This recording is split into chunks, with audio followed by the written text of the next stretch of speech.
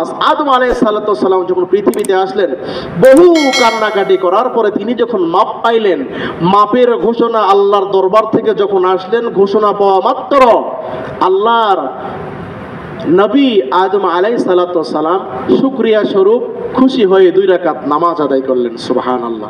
ওই সময়টা ছিল সুবহা সাদেকের সময়। আল্লাহর পক্ষ থেকে যখন মাপ পাইলেন, শুকরিয়া 2 রাকাত নামাজ আদায় করলেন।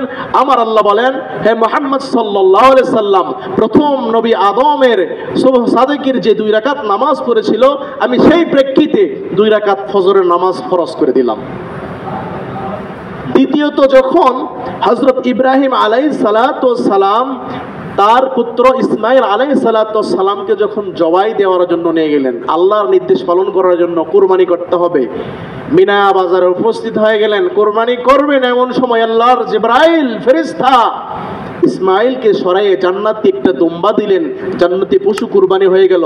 ইব্রাহিম চোখ খুলে দেখে সন্তানের জায়গায় অক্ষত, পাশে একটি দুম্বা পড়ে রয়েছে, কুরবানি হয়ে। শুকরিয়া স্বরূপ ওই সময় তা ছিল জোহরের সময়, শুকরিয়া স্বরূপ 4 রাকাত নামাজ আদায় করেছেন। আল্লাহ পাক রব্বুল আলামিন উম্মতে মুহাম্মাদীকে সেই প্রেক্ষিতে 4 রাকাত নামাজ জোহরের ফরজ করে দিয়েছেন। এরপরে আসরের নামাজ, হযরত উযাইর আলাইহিস সালাম নামক একজন নবী ছিলেন। এই উযাইর আলাইহিস সালামকে আল্লাহ পাক বলেন, কাম লাবিস্তা, তুমি যে ঘুমিয়েছিলে, কত বছর ঘুমিয়েছিলে তুমি কি জানো? উযাইর বলেন, ওয়ালা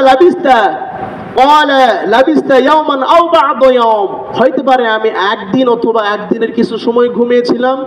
আল্লাহ পাক রব্বুল আলামিন বলেন, বাল লাবিস্তা মিয়াতা আম, না তুমি একদিন ঘুমিয়েছিলে না, তুমি 100 বছর আমি আল্লাহ তোমাকে এই জমিনে ঘুমানোর পর, ঘুমিয়ে রাখার পর তোমাকে আমি জীবিত করেছি, তোমাকে জাগ্রত করেছি। উযাইর নবী চিন্তা করলেন, তাহলে আমি যে ঘুমাইলাম, আমার মনে হচ্ছিল একদিন, 100 বছর চলে গেছে, এর ভিতরে আমি সুস্থ আছি, সবল আছি, আল্লাহ পাক আমাকে বাঁচায় রেখেছেন, আমার খিদা, কষ্ট, চিন্তা সে তোমার কোনো কিছুর অনুভব হয় নাই, আমি ভালো আছি, সুস্থ আছি। শুকরিয়া স্বরূপ সেই সময় আসরের 4 রাকাত নামাজ আদায় করেছেন।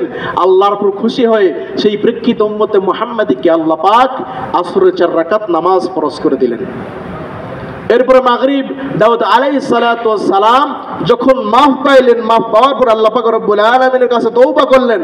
তওবা করার পরে আল্লাহ পাক রব্বুল আলামিন বললেন, ফাস্তাগফার রাব্বাহু ওয়া খাররা রাকিআন ওয়া আনাম, ফাস্তাগফার রাব্বাহু ওয়া খাররা রাকিআন ওয়া আনাম। আল্লাহর কাছে শুকরিয়া আদায় করার জন্য, তওবা করে মাপ পাওয়ার পরে শুকরিয়া আদায় করার জন্য যখন 4 রাকাত নামাজের নিয়ত করলেন, নিয়ত করেছেন কয় রাকাতের? 4 রাকাতের। খুশি হয়ে কান্না করতে 3 রাকাতে এমন কান্না শুরু করে দিলেন, নামাজ আর সামনে বাড়াইতে পারে নাই, ডানে বামে সালাম দিয়ে নামাজ শেষ করে দিলেন, 3 রাকাত নামাজ হয়ে গেল। সেই প্রেক্ষিতে উম্মতে মুহাম্মাদীকে এই মাগরিবের সময় দাউদ আলাইহিস সালাম কান্না করেছিলেন, 3 রাকাত নামাজ আদায় করেছিলেন। সেই প্রেক্ষিতে উম্মতে মুহাম্মাদীকে আল্লাহ পাক রব্বুল আলামিন 3 রাকাত নামাজ ফরজ করে দিলেন। পক্ষান্তরে এশার নামাজ, পৃথিবীর ইতিহাসে কোন নবী এশার নামাজ আদায় করে নেই, একমাত্র আপনার আমার নবী মুহাম্মদুর রাসূলুল্লাহ সাল্লাল্লাহু আলাইহি সাল্লাম এশার নামাজ আদায় করেছেন। রাত্রি যখন গভীর হয়ে যেত, রাত্রি গভীর হয়ে যাওয়ার পরে সবাই ঘুমিয়ে থাকতো, আল্লাহর মুলাকাতে, আল্লাহর দিদারে, আল্লাহর সান্নিধ্যে, আল্লাহর কদমে সিজদা দেওয়ার জন্য আল্লাহ রাসূল দাঁড়ায় যাইতেন। এই এশার নামাজ আল্লাহ রাসূলের অবদান। আল্লাহ রাসূল আল্লাহর একান্তভাবে যখন ছিলেন, যখন একান্ত পরিবেশ হয়ে যায়, সবাই ঘুমিয়ে যায়, তখন আল্লাহ রাসূলের আদায় করেছেন, পৃথিবীর কেউ আদায় করে নাই। তাহলে এই নামাজ আমরা পেয়েছি। আল্লাহ রাসূলের শেষ নিঃশ্বাস ত্যাগের সময় বলেছেন, আমার উম্মত তোমরা নামাজ কায়েম করো, তোমরা নামাজ কায়েম করো। নামাজ কায়েম করার জন্য চেষ্টা আমাদেরকে করতে হবে। ঠিক যেমন নামাজও কায়েম করতে হবে, আল্লাহ পাক কোরআনে আকিমুস সালাহ এই শব্দ বলার সঙ্গে সঙ্গে নামাজ কায়েম করা ফরজ। এরকম আরো একটা শব্দ আছে, আকিমুদ্দিন, দিন কায়েম করো, অর্থাৎ সমাজে, দেশে, রাষ্ট্রে কোরআনকে রাষ্ট্রীয় সংবিধান হিসেবে, কোরআনী অনুশাসনকে রাষ্ট্র হিসেবে, এই রাষ্ট্রে কোরআনে অনুশাসন, দিন রাষ্ট্রীয়ভাবে কায়েম করার জন্য চেষ্টা করো, প্রতিষ্ঠা করার চেষ্টা করো। আকিমুস সালাহ, নামাজ কায়েম করো।